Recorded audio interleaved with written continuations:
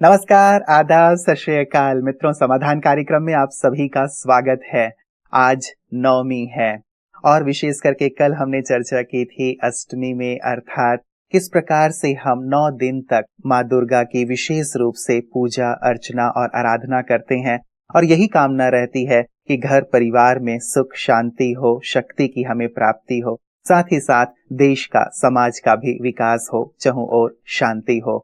तो हमारी भी ढेर सारी शुभकामना है आपको कि आपके जीवन में भी शांति, स्नेह, शक्ति, समृद्धि, सम्मान और साथ ही साथ सभी प्रकार की समृद्धि जो आप चाहते हैं वो आपको प्राप्त हो। माँ दुर्गा का आशीष आप पे बना रहे। इन्हीं शुभकामनाओं के साथ आइए आज नवमी में विशेष करके भ्राता जी का भी अभिनंदन करते हैं और माँ दुर्गा के बारे में और विस्तार से जानते हैं, उनके भक्ति में डूबते हैं। भ्राता जी आपका बहुत बहुत स्वागत, अभिनंदन है। शुक्रिया। भ्राता जी, विशेष करके हम एक दूसरे को शुभकामनाएं तो देते ही हैं, लेकिन खास करके जब देवी माँ आज अंतिम दिन है तो अंतिम दिन देवी माँ का आशीष हम पे बना रहे और न केवल आज के दिन लेकिन पूरे ही वर्ष, पूरे ही जीवन ये आशीष हमें प्राप्त होता रहे। क्या विशेष आज के दिन किया जाए? जैसे हम चर्चा करते आए हैं कि इन्होंने मनोविकारों रूपी राक्षसों को पराजित किया, उन्हें नष्ट किया, तो ये मनोविकारों से मुक्त हैं और इनकी हम सब संतान, हम भी यदि मनोविकारों से मुक्त रहेंगे तो माँ देवियां हम पर बहुत प्रसन्न होंगी, उनकी कृपा के हम पात्र बन जाएंगे। अब देखिए, माँ हो बहुत पवित्र, बहुत महान, बहुत शक्तिशाली, और बच्चों में हो क्रोध, अहंकार, काम विकार, वो शराब पीते हों, वो गंदगी में रहते हों, तो माँ भला कैसे प्रसन्न होगी। तो आज के इस त्योहार के अंतिम दिन मैं तो ये चाहूंगा कि हमारे देश के सभी निवासी जो दुर्गा माँ की पूजा कर रहे हैं, विशेष रूप से वो भक्त लोग, पूजा तो कर ली, उनकी मूर्तियां बनाकर स्थापित भी कर दी, विसर्जन भी करेंगे, लेकिन विसर्जन के साथ अपनी कोई एक कमी भी आज विसर्जित कर दें और माँ को कह दें, मेरी एक कमी सदा के लिए ले जाओ तुम आज।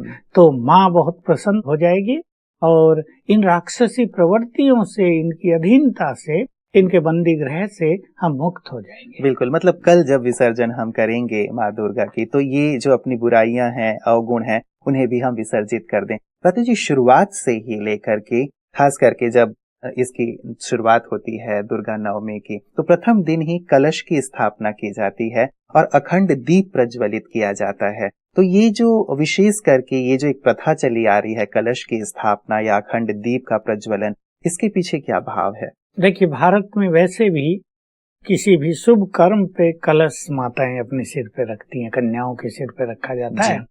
तो सत्य तो ये है कि जब भगवान शिव इस धरा पर आए थे, क्योंकि वो ज्ञान के सागर हैं, निराकार हैं, षष्टि रूपी कल्प वृक्ष के बीज रूप हैं, सत चित आनंद स्वरूप हैं, तो उन्होंने ज्ञान का कलश माताओं को दिया था और ये सब माताएं शिव शक्ति बनी ज्ञान अमृत पी पी कर, क्योंकि ज्ञान से ये स्मृति स्वरूप हुई, ज्ञान से अज्ञान का अंधकार दूर हुआ, ज्ञान से आत्मा में पवित्र बनने का बल आया। तो शुरुआत ही ज्ञान अमृत के कलश से हुई, इसलिए इस पर्व की शुरुआत भी कलश की स्थापना से ही होती है, दीप जले। वैसे तो नवरात्रि में दीपक जलाना बहुत ही शुभ है, क्योंकि कोई भी बैड एनर्जी अगर परिवार में होगी, कोई तंत्र मंत्र का इफेक्ट हो गया होगा, तो इससे मुक्त हो जाएंगे। लेकिन दीप इसलिए जलाया गया क्योंकि आत्मा की ज्योति लगभग बुझने को आई थी। जैसे हम चर्चा कराए थे पिछले एपिसोड में कि हम सब देवी देवता थे और तब हमारी आत्म ज्योति परफेक्टली जली रहती थी, हम प्रकाशित थे, हमारा अंतःकरण प्रकाशित था, विकारों का, इन असुरों का नाम निशान नहीं था। धीरे धीरे तेल कम होता गया और हमारी ज्योति बस थोड़ी सी रह गई, टिमटिमाती। तो फिर से ज्योति जगाई ज्ञान अमृत के द्वारा, राजयोग के द्वारा फिर से आत्मा की ज्योति जगी। इसलिए इस पूरे त्योहार के समय पूरे पर्व में जला के रखा जाता है। मतलब ये आत्म ज्योति की बात है कि हम अपनी आत्मा की ज्योति को जला करके रखें और वो प्रज्वलित रहेगी तो अंधेरा वैसे भी दूर हो जाएगा। जगराता भी विशेष करके किया जाता है भ्राता जी, रात्रि को लोग जागते हैं, भजन कीर्तन करते हैं, तो विशेष रात्रि में ये जगराता करने का भी कोई भाव है? हाँ, देवियों के इसमें जगराता बहुत किया जाता है। सच तो ये है कि देवियों ने सबको जगाया था। एक्चुअली ये जगराते मनुष्य नहीं करते, देवियों का जागरण हो रहा, देवियों को जगाया जा रहा है। पर देवियों ने सभी मनुष्यों को जगाया था जो अज्ञान की नींद में सो गए थे, जो देवता मोह नींद में सो गए थे, जो काम क्रोध की अज्ञान की नींद में सो गए थे, जो विस्मृति की नींद में सो गए थे, उन सभी देव आत्माओं को जो मनुष्य रूप में थी, इन सब शिव शक्तियों ने आकर जगाया था। तो एक्चुअली तो ये जागरण उसी की यादगार में है, और इससे हम ये सीख लें कि हम भी जग जाएं। केवल रात को जागने से काम नहीं चलेगा। वो तो रात को सिक्योरिटी करने वाले भी जगते रहते हैं बेचारे, और भी बहुत लोग जिनकी नाइट ड्यूटी होती है वो जगते ही रहते हैं। लेकिन हमें जगना है अज्ञान की नींद से, जिस नींद ने गहरी छाया हम पर डाल दी है, हमारी नींद को तमो प्रधान बना दिया है। संपूर्ण रूप से सो गए हैं मनुष्य अज्ञान के अंधकार में। अब सबको जगाना है, और भगवान और ये शिव शक्तियां पुनः जगा रही हैं। मैं सभी भक्तों को जो बहुत प्यार करते हैं माताओं से, देखिए कुछ लोग तो प्रोफेशनल हैं, एवं भजन गीत गा रहे हैं, कुछ लोग आदती हैं, बच्चे युवक बहुत जाएंगे, अरे भाई जागरण हो रहा, हम भी चलें। लेकिन जिनको सच्चे दिल से प्यार है इन देवियों से, उनको सचमुच अपनी माँ समझते हैं, तो मैं उन सबको कहूंगा अब उनके आज्ञाकारी बनकर जग जाओ अज्ञान की नींद से, इन विकारों की नींद से। तो भ्राता जी, ये विशेष बात हुई कि ये अज्ञान के जो नींद है उससे जागने वाली बात है, ये यूं ही जागने की बात नहीं है। तो आप सभी अपने आप को अज्ञान की नींद से भी जगाएं। एक विशेष चीज और भ्राता जी, जैसे कल भी मैंने एक बात छेड़ी थी कि न केवल हमारे देश के प्रधानमंत्री नरेंद्र मोदी जी, बल्कि बहुत सारे लोग भक्ति भावना से व्रत और उपवास रखते हैं। तो व्रत भी किस चीज का और रखा जाए जिससे कि विशेष करके हमें प्राप्ति हो और देवी माँ भी प्रसन्न हो? हाँ, हमारे प्रधानमंत्री तो सचमुच कमाल कर रहे हैं। अभी अमेरिका में है, फिर भी इन्हें सोचा नहीं था कि ऐसा बड़ा व्यक्ति भी कोई इस तरह नवरात्रि मनाएगा। अच्छी बात है, इसलिए उनके पास स्पिरिचुअल पावर भी अच्छी दिखाई देती है, उनके बोल में भी थोड़ा दम रहता है। तो व्रत एक तो शारीरिक दृष्टि से बहुत अच्छी चीज है, कि मन भी बहुत शांत होता है, क्योंकि ये जो अन्न है ये कभी कभी मन को भारी करता है, और जब अन्न का त्याग कर दिया और फल फ्रूट पर आदि मनुष्य रहने लगा, तो चित्त भी बहुत एक प्योरिटी अपने अंदर महसूस करता है। तो व्रत रखना तो बहुत अच्छी बात है जन कल्याण के लिए और भारत देश के कल्याण के लिए। यदि शक्तियों के सभी अच्छे भक्त, मैं अच्छे भक्तों की बात कर रहा हूँ, ब्रह्मचर्य व्रत का पालन कर लें, मैं कहूँगा 1 साल के लिए कर लें, तो उनका माँ से मिलन हो सकता है, उनका परमपिता से मिलन हो सकता है, और ये पवित्रता का व्रत हमारे देश के कल्याण में बहुत बड़ी भूमिका निभाएगा। लेकिन जो ऐसा न कर पाए उन्हें मैं और थोड़े से छूट दे देता हूँ। क्रोध छोड़ने का व्रत रख लें, या अपने अंदर जो बहुत घमंड हो, मैंपन हो, उसे छोड़ दें इस स्मृति से कि ये सब तो प्रभु देन है, मेरे पास जो कुछ है वो प्रभु देन है। अपने चित्त को जरा निर्मल सॉफ्ट कर लें, तो ऐसा व्रत यदि रखेंगे तो ये पर्व सचमुच बड़ा कल्याणकारी हो जाएगा। कुछ लोग ऐसे व्रत को अपनाने लगे तो माँ देवी प्रसन्न नहीं, प्रगट। बिल्कुल, कितनी सुंदर बात है। और वैसे व्रत जी, जब हम अन्न का त्याग करते हैं तो शायद शरीर की भी शुद्धि होती है, और जो व्रत आप कह रहे हैं, चाहे वो पवित्रता का व्रत है या क्रोध छोड़ने का या अपने अहम भाव को छोड़ने का, ये शायद हमारी आत्मा को शुद्ध और पवित्र कर देगा, और उसकी भी बहुत ज्यादा आवश्यकता है। एक बात व्रत जी, बहुत सारे स्थानों पे देवी माँ के नाम पे बलि भी चढ़ाई जाती है, जैसे महिष कहा जाता है भैंस को। तो जैसे देवी ने उनका संहार किया, तो कई बार ऐसे समय पे, नवमी हो या अष्टमी हो, ऐसे समय पे देवी के सामने चाहे वो भैंस हो चाहे बकरे हो, ऐसी बलि भी चढ़ाई जाती है। तो बलि प्रथा से क्या माँ प्रसन्न होती हैं, या फिर इसका कोई और स्वरूप है, आध्यात्मिक भाव है? एक्चुअली देखिए, धर्म तो अहिंसा सिखाता है, और देवियां तो बहुत ही पवित्र होती हैं। उनके पास ये तामसिक भोजन आदि का कोई महत्व नहीं। एक्चुअली तो बलि चढ़ानी थी अपनी बुद्धि के अहम की, अपने मैंपन की। बकरी मैं करती है बहुत, तो मैंपन का की तो बलि भक्त चढ़ाते नहीं, बेचारी बकरी की चढ़ा देते हैं और फिर खा पी जाते हैं, खुश हो जाते हैं उसको माता का प्रसाद मानकर। तो वास्तव में इनसे देवियां प्रसन्न नहीं होती हैं, बिल्कुल गलत है। और होना चाहिए अपनी दुर्बुद्धि को बलि चढ़ा दें, अपने मैंपन और अभिमान को बलि चढ़ा दें, अपने काम और क्रोध की बलि चढ़ा दें। बलि से देवी माँ प्रसन्न नहीं होती, लेकिन अपने अंदर की इन बुराइयों को, जिनकी बात आप कह रहे हैं, वो चढ़ाया जाए तो शायद परमात्मा भी और हमारी देवी माँ भी प्रसन्न होंगी। और भी एक चीज, हमारी जो बहनें हैं वो अगर ये बलि चढ़ा दें तो वो देवियां बन जाएं। मतलब सभी ये चढ़ाएं, बहनें भी और भाई भी, सारे लोग। प्रथा जी, एक विशेष चीज, हम देवियों की इतनी पूजा करते हैं, हमारे यहाँ शक्तियों की पूजा हो रही है, पूरे देश में हो रही है। तो एक तरफ तो हम माँ की आराधना पूजा कर रहे हैं, और दूसरी तरफ जो साक्षात हमारे घर में जो देवियां हैं उनकी हम पूजा अर्चना या फिर सम्मान नहीं करते। घर में बेटी भी पैदा हो जाती है तो दुख का माहौल हो जाता है। ये परमात्मा संदेश मैं सबके लिए कहना चाहता हूँ कि एक तो नारी का सम्मान करना ही सीखें। हमारे तो यहाँ भारत में मान्यता है, जहाँ नारी की पूजा होती है वहाँ देवताओं का निवास रहता है। तो लेकिन कुछ ऐसी विडंबनाएं आ गई कि गलती दोनों ओर से हो गई। देखिए, कभी भी कोई मनुष्य अपना सम्मान खोता है तो उसका जिम्मेदार वो भी कहीं ना कहीं होता है। मैं कहूँगा हमारी माताएं बहनें अपनी खोई हुई शक्तियों को पुनः पहचाने और उन्हें अर्जित करें। अपने गए हुए सम्मान को वो पुनः प्राप्त कर सकती हैं। आज जितनी शिक्षित हमारी माताएं बहनें हैं उतनी चारों युगों में कभी नहीं रही थी।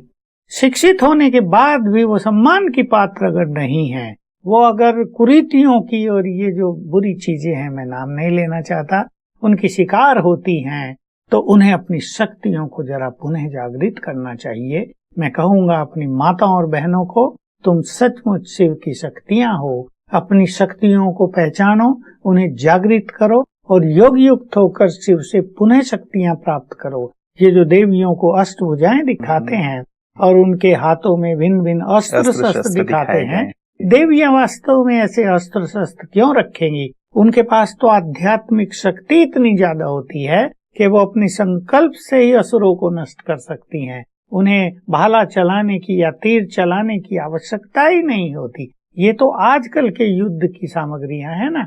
देवियों का युद्ध तो मन की शक्तियों से, आध्यात्मिक शक्तियों से, दिव्य शक्तियों से ही हो जाता है। तो मैं अपनी माताओं बहनों को कहूँगा, जरा अब अपने देवत्व को पहचानो। उनके अंदर भी जो ईर्ष्या द्वेष, छोटापन, तेरा मेरे का भाव, स्वार्थ भाव, धन के प्रति बहुत ज्यादा लोभ लालच आ गया है, इसको छोड़कर अपने जीवन को यदि हमारी माताएं बहनें पवित्रता की राह पर चलाएं तो वो शिव शक्ति बन जाएं। और क्या मजाल उनकी ओर कोई देख ले। देख लो, आज मंदिरों में देवियों की मूर्तियां कितनी सुंदर होती हैं, लेकिन क्या उनको देखकर किसी के मन में भी कोई बुरा विचार आ सकता है? और अगर आ भी जाए तो वो व्यक्ति अपने को धिक्कारेगा, बड़ा पापी समझेगा। तो यही तो है वो शिव शक्तियां, माताएं हमारी। खुद दुर्गा बन जाएं, शक्ति बन जाएं तो इस प्रकार की चीजें नहीं होंगी, बल्कि उनका बहुत ज्यादा सम्मान हो जाएगा। दूसरे पक्ष का भी भ्राता जी, जो मूल मेरा प्रश्न था, जो हमारे पुरुष वर्ग हैं वो बहुत ज्यादा माँ की पूजा करते हैं, आराधना करते हैं, मूर्तियों की तो कर रहे हैं, लेकिन क्या उनका भी दायित्व नहीं बन जाता कि जो साक्षात हमारे घर में है, हमारे आसपास चारों ओर हैं, उनका भी वही सम्मान और पूजन हो? हर एक को प्रारंभ करनी पड़ेगी ये भारत की सुंदर कल्चर के कन्याओं का भी सम्मान हो। कन्याओं की पूजा कर दी, उनको भोजन खिला दिया, उनको कुछ दक्षिणा दे दी, इससे काम नहीं चलेगा। सच्चे मन से उनका सम्मान हो, उनकी पवित्रता की पूजा हो, सच्चे मन से उन्हें उमंग उत्साह दिलाया जाए, उनकी सुरक्षा की जाए।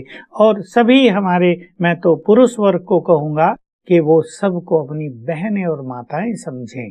इससे हमारे देश की सभ्यता पुनः वही पहुंच जाएगी जो कभी पहले थी, और हमारे देश का सम्मान सारे संसार में हो जाएगा, और हमारा देश निश्चित रूप से विश्व गुरु बनेगा, क्योंकि मातृ शक्ति ही तो प्रथम गुरु है।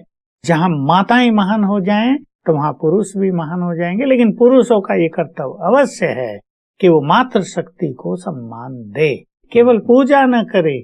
उनका ही तो प्रतिरूप है ना हमारे घर घर में शिव शक्तियाँ, उनको भी उतना ही सम्मान दें। बिल्कुल, क्योंकि व्रत जी जैसे लगातार हमारी कई बार चर्चा हो चुकी है कि ये जो लिंगानुपात है तेजी से बढ़ता चला जा रहा है। जब घर में लड़कियां होती हैं तो शायद कम शिक्षित होने के कारण उन्हें मार दिया जाता है, तो ये भी बहुत बड़ा अपराध है जो नहीं होना चाहिए। तो ऐसे शुभ दिवस पे जब नवरात्रि में हम ऐसी देवियों की पूजा कर रहे हैं, क्या सभी को ये संकल्प नहीं ले लेना चाहिए कि इसके लिए जागृति भी लाई जाए और साथ ही साथ हर एक ये दायित्व उठाए कि हम उनका सम्मान करेंगे? जो कहते हैं हमारे घर में कन्या पैदा होनी चाहिए, मैं उन्हें देख के बड़ा प्रसन्न होता हूँ कि हमारे तो 2 लड़के हो गए, अब हम तो 2 लड़कियां चाहते हैं, प्रभु से रिक्वेस्ट कर रहे हैं हमारे घर में अब लक्ष्मी को भेज दो। तो ऐसी भावना यदि हमारे सब लोग कर लें और हमारा देश सुख शांति और खुशहाली से भरपूर हो जाएगा। बिल्कुल। एक व्यक्ति रहता जी अपने मित्र के पास गया, उसकी 2 बेटियां थीं, तो उसने कहा उसको कि तुम्हारी तो 2 बेटियां हैं, धन्य है कि मैं बच गया हूँ कि मेरे घर में कोई बेटी नहीं है, क्योंकि बेटियों को कितना पालना पड़ता है और वो तो पराई धन होती हैं आदि आदि। तो छोटी बिटिया उनकी बैठी हुई थी मित्र की, उन्होंने बड़ी मासूमियत और प्यार से कहा कि अंकल, भगवान भी बेटी उसको देता है जिसे बेटी पालने की औकात हो। तो कितनी अच्छी बात है कि ये औकात वाली बात है, और ये तो धन्य भाग्य है कि देवी हमारे घर में। बल्कि मैं तो और भी जोड़ूंगा कि ये जो मान्यता है कि बेटियों की पालना करनी पड़ती है, पराया धन है, क्यों हम उन्हें पढ़ाएं। सोचो अगर सभी ऐसा सोचने लगे तो देश का क्या हाल होगा। नहीं, मैं एक आध्यात्मिक बात कहने जा रहा हूँ कि हर व्यक्ति अपना भाग्य अपने साथ लेकर आता है, कोई किसी की पालना करता ही नहीं। हो सकता है आपके घर में एक ऐसी कन्या जन्म ले ले जिसके जन्म लेते ही आपके भाग्य खुल जाएं। आपके घर में एक ऐसी कन्या जन्म ले ले, आप धन धान से भरपूर हो जाएं। तो वो धन लेने नहीं आई, धन देने आती है। वैसे भी हम लक्ष्मी कहते हैं, सरस्वती कहते हैं, तो जो विद्या की देवी है, धन की देवी है, वो तो सब कन्याएं हैं, तो उनकी उसी रूप में पूजा होनी चाहिए। दादा जी, आज विशेष नवमी का दिन है और आज के दिवस पे सिद्धिदात्री देवी माँ की पूजा की जाती है, तो हम भी क्या आज विशेष कोई सिद्धि अपनी माँ से प्राप्त कर सकते हैं? यदि हमें कुछ चाहिए कि मुझे वाचा की सिद्धि मिल जाए या मुझे कोई और सिद्धि जिसकी मुझे चाहना हो, क्या कुछ विशेष ऐसी साधना की जा सकती है? आजकल प्रैक्टिकल सिद्धियों की जरूरत है जी। सुख, शांति, प्रेम और खुशी। मैं 4 चीजें कहूंगा। हर व्यक्ति को इनकी जरूरत है, परिवार में इनकी जरूरत है, ताकि हमारे परिवारों में सुख, शांति, प्रेम और खुशी का साम्राज्य स्थापित हो सके। तो आज देवियों से और कुछ न कोई मांगे, बल्कि मांगे ही नहीं बल्कि प्रतिज्ञा करे, आज से हम सुख शांति पूर्वक जीवन व्यतीत करेंगे। आज से हम दूसरों को सुख देंगे, हमें कोई सुख दे इस कामना को छोड़ दें। आज से हम शांति से जीवन जिएंगे, आज से हम प्यार बांटेंगे, आज से हम अपने घर में खुशी का माहौल पैदा करेंगे।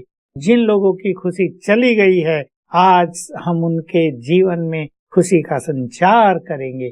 तो इन 4 चीजों का माहौल आज के इस पर्व पर बना दिया जाए और देवियों से, सिद्धिदात्री से यही सिद्धि ले लें, तो हमारे जीवन में संपूर्ण सुख शांति प्रेम और खुशी रहे। माता जी प्रसन्न हो और हम पर ऐसी कृपा करें, हम पर ऐसा आशीर्वाद करें। सभी भक्तों को जो आज के दिन विशेष माँ दुर्गा की आराधना पूजा कर रहे हैं, तो संदेश भी और यादगार भी हो जाए, क्या विशेष करें? पहले तो मैं उनको कहूँगा जो राजयोग मेडिटेशन का अभ्यास कर रहे हैं जी, उन्हें भी सिद्धियां चाहिए। सफलता को प्राप्त करने की सिद्धि, वाचा हमारी प्रभावकारी हो जाए, बोल हमारे सिद्ध होने लगे, ऐसी सिद्धियां। और सबसे बड़ी सिद्धि तो है संकल्पों की सिद्धि। लोग दूसरी सिद्धियों का वर्णन करते हैं, आकाश गमन सिद्धि और जल गमन सिद्धि। अब इनकी आजकल जरूरत नहीं रही। आकाश गमन के लिए एरोप्लेन बने हुए हैं। 4 चीजें मैंने कही, उनकी बहुत जरूरत है। एक दूसरे को सहयोग देने की जरूरत है, स्वार्थ भाव को कम करने की जरूरत है, प्रैक्टिकल प्योर वातावरण बनाने की जरूरत है। तो उन्हें मैं कहूँगा आज विशेष साधना करें।